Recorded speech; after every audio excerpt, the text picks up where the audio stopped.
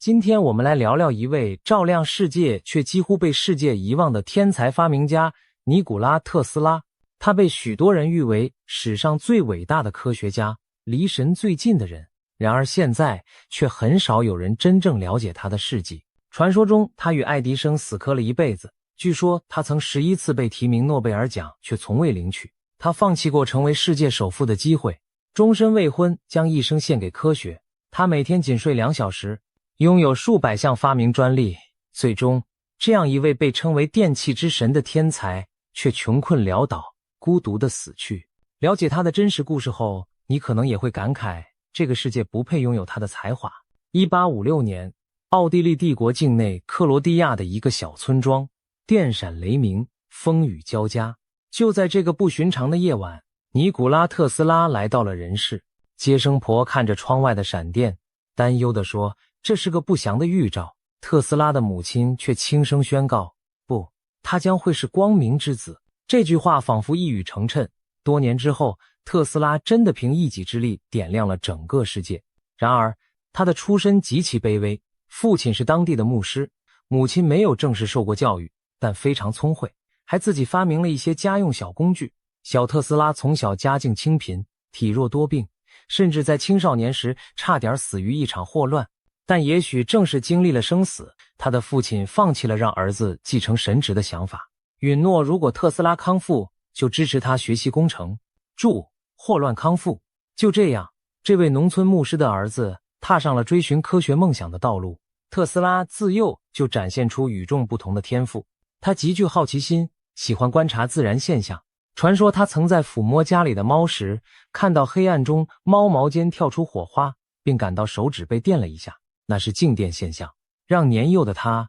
驚奇不已。他腦中充滿了對電的無限幻想，這種神秘的力量是什麼？能否被人類加以利用？更令人驚嘆的是，特斯拉從小就擁有一種異於常人的思維方式和記憶力。他不需要繪製藍圖或制作模型，就能在腦海中將一台機器完整的構想出來，仿佛閉上眼就能看見每個齒輪如何轉動，每根電線如何連接，一切如同真實運行一般。他甚至可以在想象中讓機械運轉，找出問題並加以改良，再付諸現實制造。對年幼的他來說，想象力就是最強大的工具。12歲那年，他就曾对父親宣稱自己將來要當工程師，因為他已發現自己可以憑借腦中的模擬來修理壞掉的機器。這種驚人的移覺記憶和空間想象能力，為他日後的發明生涯奠定了基石。在學校裡，特斯拉也是個令人印象深刻的學生。他勤奮好學，記憶力超群，常常幾分鐘內就把老師布置的課本全文背誦下來，還能心算複雜的積分運算，快得讓老師以為他作弊。然而，他的思維太超前，以至於大學教授們都難以理解他的想法。據說，在奧地利格拉茨工業學院就讀時，特斯拉對當時剛興起的電學着迷，提出了許多大膽設想，其中就包括一種全新的供電方式——交流電。當時電力工程領域還是愛迪生等人倡導的直流電天下，沒人相信年輕學生口中那種電流每秒變換數十次方向的怪念頭能有實際價值。教授們甚至警告他，不要沉迷於不切實際的幻想。然而特斯拉堅信自己的理念，直流電如同一條只能流淌在本地的小溪，而交流電就像一條奔騰不息的長河，可以把電力送往百里之外，而損耗極小。只是此時，幾乎沒有人願意傾聽這個毛頭小子的離經叛道之言。大學尚未畢業，特斯拉便因經濟和健康原因輟學，在歐洲各地尋找機會。他輾轉於布達佩斯、布拉格等城市謀生。在布達佩斯的一家電話公司工作時，1882年的某個傍晚，落日餘晖灑在公園小徑上，困擾特斯拉多年的難題忽然迎刃而解。他靈光一閃，終於想出了實現交流電機的辦法。當場，他用樹枝在沙地上畫下了心中的旋轉磁場裝置示意圖，激動地對同伴高喊他的發現。這正是日後改變世界的特斯拉感应電動機原型。憑借這份才華，20多歲的特斯拉很快吸引到歐洲電氣圈的注意，進入巴黎愛迪生公司擔任工程師。命運的轉折點即將到來，他手裡握着一封推薦信，被派往遙遠的新大陸去見一位傳奇人物——托馬斯·愛迪生。1884年，28歲的尼古拉·特斯拉懷抱着理想與幾件藍縷衣衫，踏上了前往美國的輪船。他的行李極其簡單，據說抵達紐約港時，他身上只剩下4美分、一張褶皺的詩集、一套計算公式，以及那封寫給愛迪生先生的推薦信。茫茫異鄉，滿街繁華，他幾乎是兩手空空，開始在新世界闖蕩。然而，這位瘦高的東歐青年很快就憑真本事闖出了第一步。愛迪生是當時全美最负盛名的發明家，燈泡的發明者，電燈之父。這位名人滿腹狐疑地拆開信封，只見老朋友在信中寫道：“我只知道這世上有2個偉大的人物，一個是您，另一個就是眼前這位年輕人。”愛迪生大為驚訝，當即決定給特斯拉一份工作。就這樣，特斯拉加入了愛迪生在紐約創辦的公司——愛迪生電氣照明公司，後來發展為通用電氣，開始了他在美國的電氣工程師生涯。起初，2位天才合作還算融洽。特斯拉勤奮又聰明，很快從基層工作做起，把公司那些棘手的電氣難題一一解決。每當愛迪生的直流發電機出現故障，特斯拉總能提出巧妙的改進方案。他把愛迪生的直流電機重新設計得更高效耐用，讓見多識廣的愛迪生也頻頻點頭讚賞。據說，愛迪生曾口頭答應特斯拉一筆巨額獎勵，如果你能改良我的直流發電機設計，使其性能大幅提升，我就支付你5萬美元獎金。特斯拉憑借天賦與苦幹，夜以繼日完成了任務。然而當他滿心期待地來討說好的獎勵時，愛迪生卻哈哈一笑，擺擺手對他說：“特斯拉，您不懂美國式的幽默。”原來在愛迪生眼裡，那筆巨款不過是一句玩笑。年輕的特斯拉頓時臉色煞白，他當時年薪僅18美元，5萬美元對他而言是遙不可及的天文數字，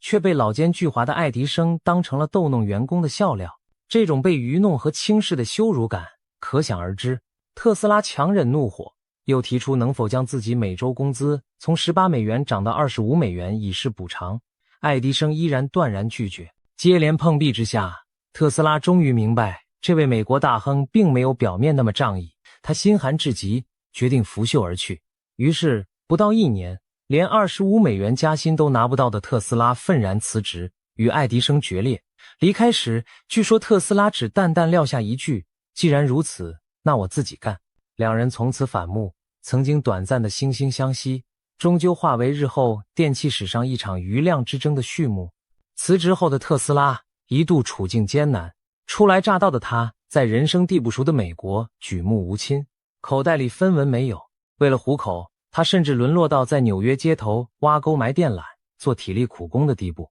要知道，就在幾個月前，他還是實驗室裡意氣風發的工程師，如今卻滿身泥濘地握着鍬鏟掙微薄工錢。這份落差讓他深感絕望。那段時日，他租住在廉價公寓，經常餓着肚子，懷疑自己的選擇是不是錯了。然而鋒芒終究不會長久埋沒，靠着以前積累的人脈和才智，特斯拉逐漸重新獲得了一些投資者的青睞。他拉來資金，創辦了屬於自己的特斯拉電氣與製造公司，開始研發自己夢寐以求的交流電技術。19世紀80年代中後期，一場關乎電力未來的商業爭奪戰在美國悄然展開，這就是著名的電流之戰。一方是守成的直流電陣營，以愛迪生為代表，另一方則是新興的交流電勢力，旗手正是年輕的特斯拉及其支持者。當時，愛迪生已經在美國各大城市建起了直流電供電網，直流發電站林立，並創立了愛迪生電氣公司，後與湯姆森、休斯頓公司合併成為通用電氣。直流電技術相對成熟，但致命弱點是電壓不能傳太遠，幾公里外電力就衰減嚴重。因此，愛迪生的模式需要每隔幾條街就建一座發電站，成本高昂。特斯拉堅信自己的交流電系統可以高壓輸電、遠距離傳輸而低損耗，這將徹底改變遊戲規則。如果他的技術推廣開來，愛迪生苦心經營的直流電網絡優勢將不復存在。可以說，直流和交流的競爭其實是兩家公司生死存亡的对決。戰幕正式拉開，愛迪生起初不以為意，認為對方只是痴人說夢。但隨着特斯拉投身的西屋電氣公司在各地中標交流電工程，他開始坐不住了。兩個偉人開始了正面交鋒，而愛迪生率先祭出了猛烈的輿論攻勢和非常手段。為了打擊交流電在公眾心中的形象，愛迪生可謂絞盡腦汁，無所不用其極。他公關遊說各州政府，把死刑處決的手段從繩刑改為電椅，而電椅偏偏採用的是對手的交流電，試圖讓大眾將交流電等於致命畫上等號。同時，他還資助一些助理四處公開表演，用高壓交流電電死流浪狗貓，甚至還有馬牛，來向大眾科普交流電的危險。這種血腥的示威讓很多不明真相的人開始談交流色變，新聞報紙連篇累牍報道交流電如何可怕，仿佛這種新技術就是惡魔發明的一般。可以說，愛迪生為了黑交流電，臉面都顧不上了。然而，面對對手的猛烈攻擊，特斯拉和他的盟友企業家喬治·威斯汀豪斯 （Westinghouse） 卻沉着應戰。他們堅定地相信，你黑不黑，交流電就在那裡。特斯拉埋頭研發出了安全高效的异步電動機和配套的整套交流輸配電系統，用鐵一般的技術實力說話。決戰的機會終於出現。1893年，芝加哥舉辦盛大的世界博覽會，為紀念哥倫布發現新大陸400周年，主辦方招標博覽會場館的照明供電工程，愛迪生的直流系統和特斯拉的交流系統都在競爭。最終，西屋公司以特斯拉交流電方案成功中標，贏得了為博覽會供電的合同。這可是向全世界展示交流電優勢的絕佳舞台。當博覽會開幕夜晚來臨，特斯拉和威斯汀豪斯在萬眾矚目下合上電閘開關，瞬間上萬盞白炽燈同時點亮，照得整個園區如同白晝。一片驚呼聲中，人們第一次見識到如此壯觀的電燈之城。交流電的強大威力和可靠性透過這燦爛無比的燈光秀，深深烙印在世人腦海裡。此時此刻，特斯拉站在燈火輝煌的會場中央，仿佛用行動宣告勝負已分。接下來的發展更加速了直流陣營的敗退。1896年，在特斯拉的建議和技術指導下，舉世矚目的尼亞加拉大瀑布水力發電站投入運行。通過長距離高壓輸電，源源不絕的電力從瀑布送往20多英里外的水牛城。這是世界上第一座大型水力發電站，也是一套純粹的特斯拉交流電系統。大自然的壯闊水能經由現代科技轉化為千家萬戶的光明。這一壯舉令公眾嘆為觀止，交流電的優越性再無可爭議，最終在電力市場上全面擊敗了直流模式。此後，全球電力工業迅速採納交流標準，沿用至今。可以說，現代人類社會的電力基礎就此奠定。也因此，許多科技史家後來評價，真正的電氣時代之父不是愛迪生，而是尼古拉·特斯拉。這場電流大戰的勝負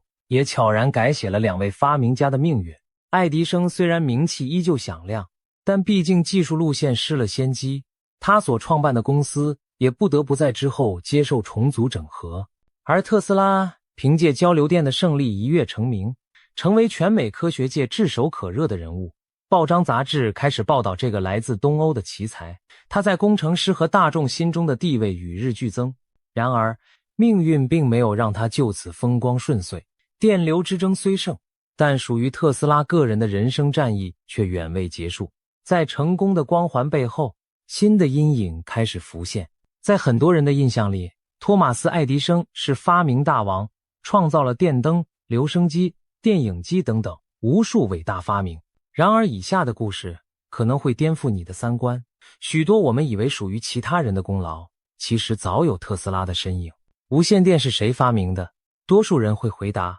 意大利人古列爾莫·馬可尼 Guglielmo Marconi。畢竟馬可尼因無線電報技術獲得了1909年的諾貝爾物理獎。然而事實是，早在1897年，特斯拉就率先取得了无線電信號傳輸的專利。他設計出發射和接收無線電波的方法，比馬可尼早了將近1年。然而後來發生的事情令人扼腕，在愛迪生等財團勢力的遊說干預下，美國專利局竟撤銷了特斯拉無線電專利，轉而將榮譽與權力判給了馬可尼的公司。馬可尼名利雙收，特斯拉則隱退幕後。直到1943年，在特斯拉去世後幾個月，美國最高法院為了平息一起專利糾紛，其實也是美國政府避免向馬可尼公司支付巨額無線電專利費，終於承認特斯拉的無線電專利有效，宣告馬可尼後來的專利無效。只可惜這時特斯拉已不在人世，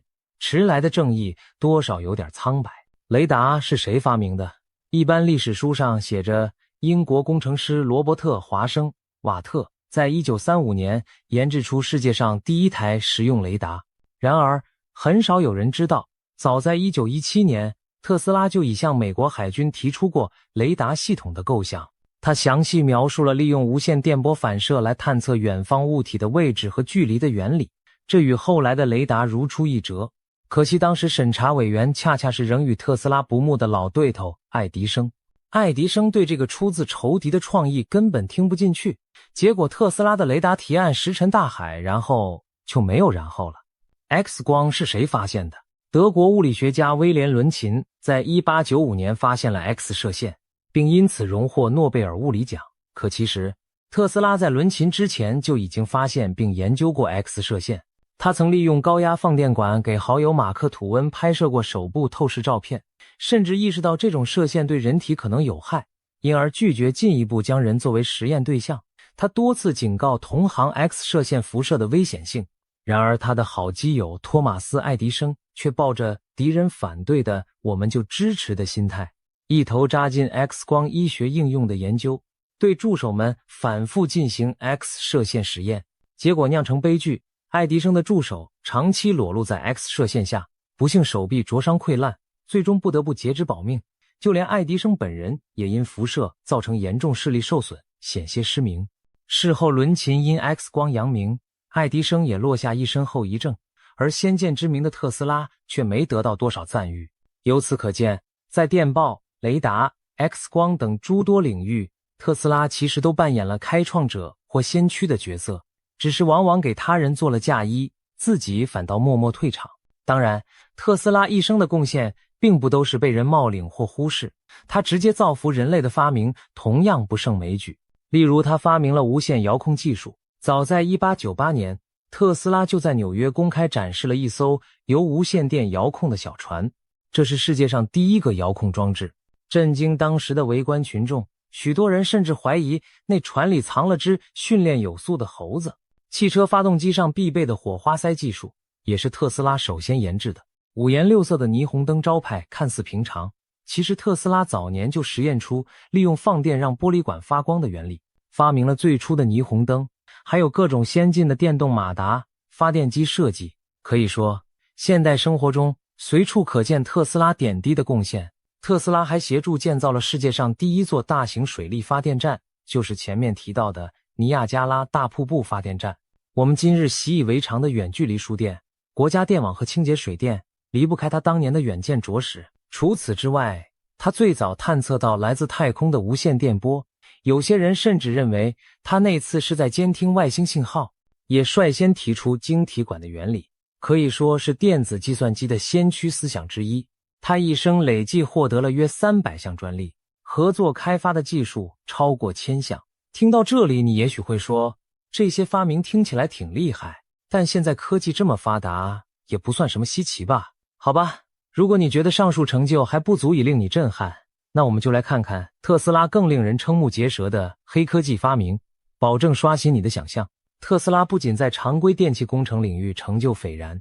他的腦洞之大更超出常人想象。他曾經搞出一系列近似科幻的實驗與設計，連今天看來都讓人驚嘆不已。人造地震機。1898年，特斯拉在紐約的實驗室裡測試一台小型電磁振盪器裝置。當他調節振動頻率接近建築物的固有振動頻率時，意外發生了，小小的機械設備開始引發劇烈共振，四周的牆壁和地板顫抖不止，工具儀器紛紛掉落，甚至街道都隱約感到震動。眼看着自己差點把紐約曼哈頓的一棟樓給震塌了，特斯拉情急之下只好抄起鐵錘猛敲，硬生生把振盪器砸爛，才停止了這場小地震。事後，他若无其事地對趕來查探的警察表示，沒事，可能是剛才地震了。這台惹禍裝置被戲稱為特斯拉地震機。多年後，有人按照他的設計重做試驗，證實確實存在共振，放大效應可以動搖建築。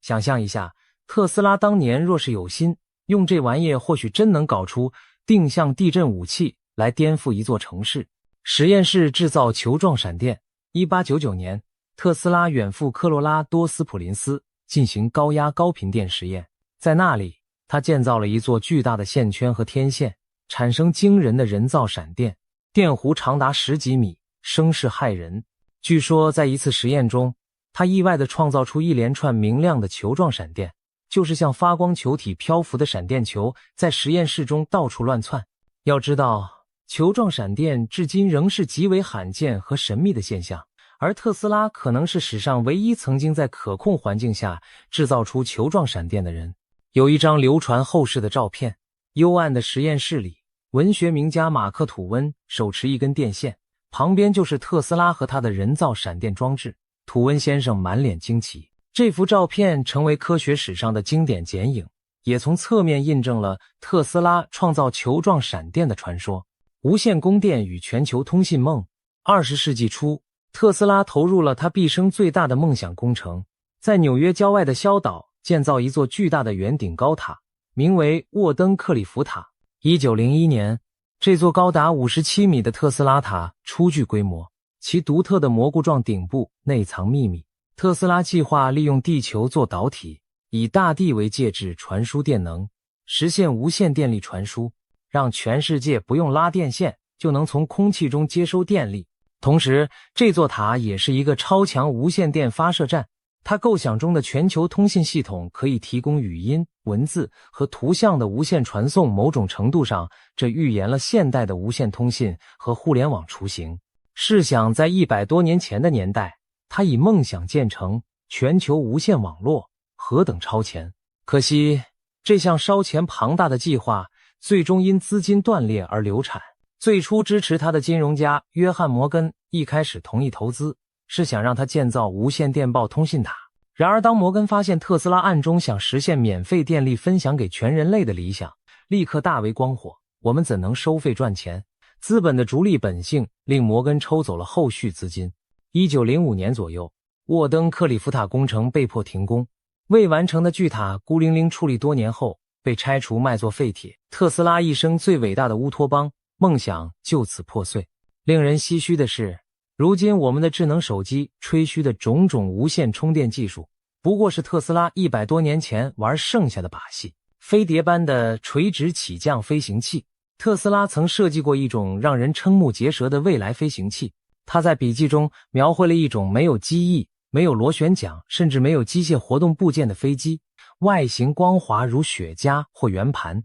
採用某種高壓電場推進原理來獲得升力和推力。這東西聽起來不像飛機，倒很像我們今日科幻片裡的反重力飛碟。據他聲稱，這種飛行器理論上可以高速飛行而能耗極低。雖然他從未真正造出原型機，但這些大膽構想後來引發了許多關於特斯拉是否掌握反重力技術的傳言。有人甚至猜測他和所謂外星科技有所牽扯，當然這些就無從考證了。如果說上面這些還屬於發明家天馬行空的創新領域，那麼下面這件事則體現了特斯拉作為科學思想者的一面。他竟然公開質疑愛因斯坦。特斯拉雖然終日忙於實驗研發，但也密切關注理論物理界的前沿。1905年，愛因斯坦提出相對論後風靡科壇，晚年的特斯拉卻不以為然，直言不諱地批評相对論大部分都是錯的，認為愛因斯坦的理論不夠完備，提出了與之不同的宇宙觀猜想。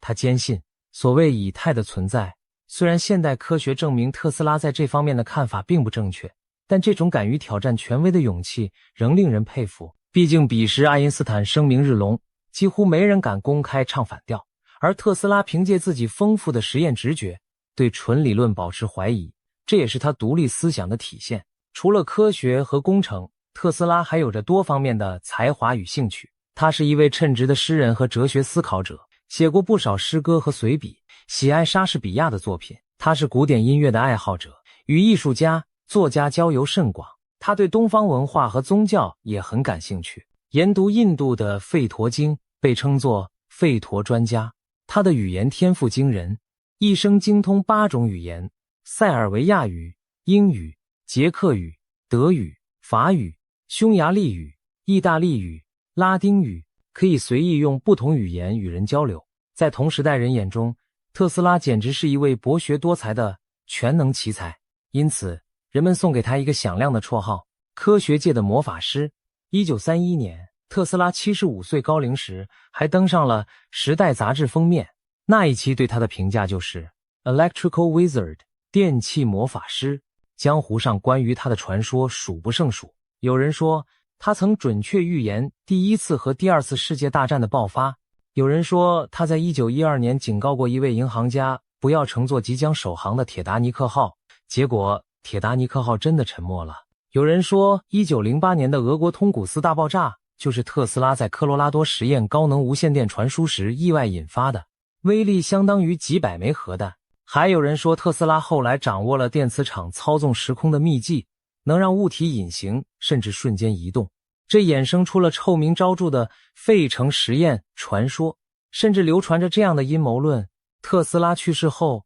美國聯邦調查局 FBI 將他的遺物和手稿全部列為最高機密封存，因為裡面藏有足以顛覆現有能源體系的重大秘密。所有這些傳言真真假假難以辨明，但都為特斯拉增添了一層神秘色彩，仿佛他不是凡間普通人，而是携帶着某種超凡知識降臨的先知。然而，撇開神乎其神的傳說，真實的特斯拉其實為人真誠謙遜，生活中甚至帶點古典紳士的氣息。他身材高挑清瘦，衣着考究，永遠習慣穿一身笔挺的3件式西裝，頭髮一絲不亂，舉止儒雅而有禮貌。他談吐風趣，幽默感十足，喜歡在科學報告裡穿插幽默的小故事，讓觀眾捧腹。他不菸不酒，生活極有規律，除了熬夜工作外，待人接物給同輩留下了極好印象。一位朋友回憶初見特斯拉時的感受，他舉手投足間有種貴族般的優雅，讓你很難相信他曾經在實驗室裡被高壓電流電得滿身火花。特斯拉特別愛乾淨整潔，有潔癖，對許多細節近乎強迫症。例如他吃飯前一定要用18張餐巾紙擦拭餐具，住的酒店房號必須是3的倍數。奇特的是，他無比厭惡珍珠，一看到女人佩戴珍珠飾品就反感到不願講話，這讓當時的名媛們十分不解。總之，他是個極富個性又魅力十足的人。特斯拉將自己的一生都奉獻給了科学，他選擇了不婚不戀，沒有建立家庭。他曾坦言，科研發明帶給他的精神滿足遠超親情愛情，所以一輩子從未追求過婚姻或浪漫關係。不過也有一次，他向記者流露過遺憾，說有時覺得不結婚是對自己太大的犧牲，但他仍然選擇了把全部精力給了工作。他幾乎每天工作到凌晨，平均每晚只睡2-3小時，體力和精力卻異於常人地旺盛。從年輕起，連續幾十年，他堅持每天工作至少16小時以上，極少度假休息，仿佛有用不完的能量。這種近乎瘋狂的工作熱情，使他一個人就取得了700多項發明專利，參與協助開發的更多達上千種。這些專利涵蓋領域極廣，從電機、電器、無線通信到照明、機械裝置，天馬行空，無奇不有。有人曾打趣，特斯拉一輩子都在跟電打交道，難怪他自己都像帶電一樣停不下來。科學界對特斯拉也並非毫無肯定，雖然他一生未曾真正獲頒諾貝爾獎，但1917年，美國電氣工程師協會授予特斯拉當年的愛迪生獎章，也就是以他的老對頭命名的最高榮譽獎章。頒獎典禮上，80多歲的愛迪生和60多歲的特斯拉罕見的同時出席，兩位曾經的冤家在眾人面前禮貌性地握了手。有人說，這是歷史給予特斯拉的小小安慰。他雖然沒有得到諾貝爾獎，卻讓愛迪生親眼看着自己的名字出現在獎牌上，頒給了特斯拉，真是一種耐人尋味的巧合。關於諾貝爾獎，其實1815年曾有流言說，該年的諾貝爾物理獎將頒給愛迪生和特斯拉，但最終兩人誰也沒拿到。據傳是他們互相看不順眼，誰也不願與對方分享獎項，導致雙雙落空。諾貝爾委員會事後否認了這種說法，但無論如何，特斯拉直到晚年都沒能獲得諾貝爾獎的青睞，這讓許多崇拜他的後人抱憾不已。有統計稱，特斯拉曾被提名諾獎達10餘次之多，卻每次都與獎項失之交臂。他倒是看得很淡，聲稱自己並不在乎這些虛名。金錢對特斯拉而言也似乎沒有太大意義，他一心埋頭研究，對商業運作和市場毫無興趣。在事業最輝煌的時刻，他本有機會成為世界上最富有的人之一。當年西屋公司為獲得他交流電專利，曾簽訂合同約定，按發電量支付特斯拉高額權利金。如果合同不變，隨着交流電在全國鋪開，特斯拉幾年內就能進賬幾百萬美元，相當於今日幾億美元，穩坐億萬富翁寶座。然而1890年代末金融危機導致西屋公司經營困難，面臨破產危機。慷慨的特斯拉為了挽救合作夥伴，主動撕毀了那份專利權利金合同，放棄了源源不絕的大筆收益。他對驚愕的威斯汀豪斯說：“您的成功比我的金錢更重要，交流電系統一定要推廣到全世界。”就這樣，他等於白白將價值數千萬美元的專利授權給了社會大眾免費使用。這種舉動在商界簡直不可思議，但特斯拉從未後悔過。在他看來，發明是為了造福人類，而非謀取暴利。正是因為這份赤子之心，他錯過了一次次發財良機，也注定了後半生財務狀況每況愈下。歲月流轉，進入20世紀30年代時，特斯拉已垂垂老矣，生活境況大不如前。他陸續將早年持有的公司股票變賣，加上專利收入銳減，財務拮據。晚年的特斯拉過着近乎隱居的生活，長期獨自租住在紐約的幾家旅館裡，最常住的是紐約曼哈頓的新時代旅館和後來的紐約客飯店。他積欠了旅館大量房費，靠以前朋友接濟勉強度日。那個曾經呼風喚雨的電器奇才，如今形單影只，陪伴他的只有一群城市廣場上的鴿子。特斯拉特別喜歡鴿子，天天去公園餵養它們。其中一隻全白的鴿子同他形影不離。他在日記中寫道：“我愛那隻鴿子，如同男人愛一個女人。”這句話聽來心酸又動人，或許這羽鴿子就是他心中最後的精神寄託。雖然境況窘迫，特斯拉的思想火花並未隨年齡熄滅。每年他生日時，還是會舉辦記者招待會，向媒體發表一些驚世駭俗的新想法。比如他宣稱在研制一種可怕的武器——死亡射線 Death Ray， 能釋放高能量粒子，摧毀數百公里外的飛機和軍隊。又比如他預言未來的人們將能隨時隨地通過無線裝置聯絡，甚至看到彼此。這實際上相當準確地預見了智能手機和視頻通話的出現。他還幻想建立一套環繞地球的無線電能通信網絡。這些言論當時有的被當作天方夜譚，有的則引起各國軍方密切關注。報紙把他描繪成一個介於天才與瘋子之間的怪傑，喜歡用瘋狂科學家這樣的標題吸引眼球。世人對他的評價開始兩極化，有人視他為一世獨立的先知，也有人當他是在孤芳自賞、自我炒作。1943年1月的一個冬日清晨，紐約客飯店3327房間的服務員像往常一樣前去送餐，卻發現這位長期住客靜靜地躺在床上，已經沒有了呼吸。享年86歲的尼古拉·特斯拉帶着滿腹的創新理想和遺憾，孤獨地告別了人世。他去世時身無分文，債務纏身。消息傳出，許多曾被他影響的科學界人物和社會名流紛紛悼念這位被時代遺忘的天才。美國政府也對他留下的大量手稿和裝置產生了興趣。在他去世後不久，聯邦調查局 FBI 受命下屬機構迅速介入，封存扣押了他房間裡所有的筆記、圖紙和研究資料，列為絕密進行分析。據說是怕他的死亡射線技術落入他國之手。這一系列舉動日後引發無數陰謀論，